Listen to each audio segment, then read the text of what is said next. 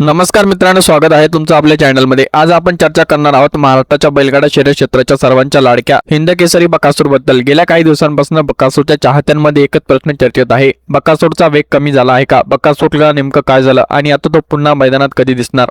कारण काही काळापूर्वी मैदानात बकासूरचं नाव घेतलं की प्रतिस्पर्ध्यांमध्ये वेगळीच चर्चा व्हायची। त्याचा वेग, त्याची ताकद आणि मैदानात उतरल्यानंतर निर्माण होणारी उत्सुकता यामुळे बकासूरने स्वतःची एक वेगळी ओळख निर्माण केली होती। मात्र 2026 मध्ये बकासूरला चाहत्यांना अपेक्षित असा फॉर्म सातत्याने पाहायला मिळाला नाही। त्यामुळे अनेक चाहत्यांच्या मनात प्रश्न निर्माण झाले आहेत की काही जण म्हणतात की बकासूरचा पळ कमी झाला, तर काहींचं म्हणणं आहे की त्याचं वजन वाढल्यामुळे त्याच्या वेगावर परिणाम झाला असावा।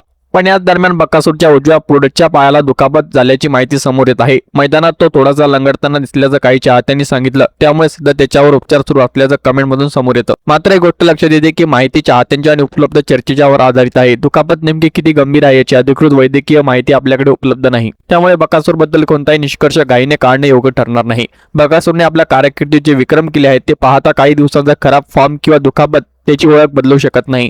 आजही तो मैदानात आला तरी त्याचं नाव चर्चेत असतं आणि मैदानात आला तर हजारो चाहत्यांचं लक्ष त्याच्यावर असतं।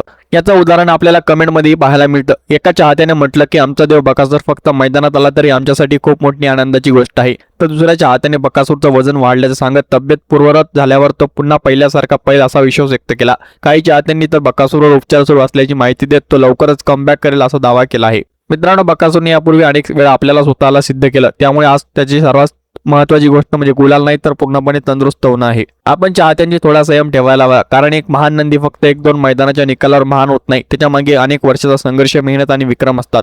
त्यामुळे बकासूर चाहत्यांसाठी सध्या एक संदेश, बकासूर थांबलेला आहे, संपलेला नाही। तो पूर्णपणे तंदुरुस्त होऊन मैदानात उतरला तर त्याचा खरा वेग आणि फॉर्म पुन्हा एकदा पाहायला मिळू शकतो। तुम्हाला काय वाटतं, बकासूर पुन्हा पहिल्यासारखा कमबॅक करेल का? कमेंटमध्ये नक्की सांगा आणि बकासूरच्या कमबॅकची प्रत्येक अपडेट जाणून घेण्यासाठी आपल्या चॅनलला सबस्क्राईब करा।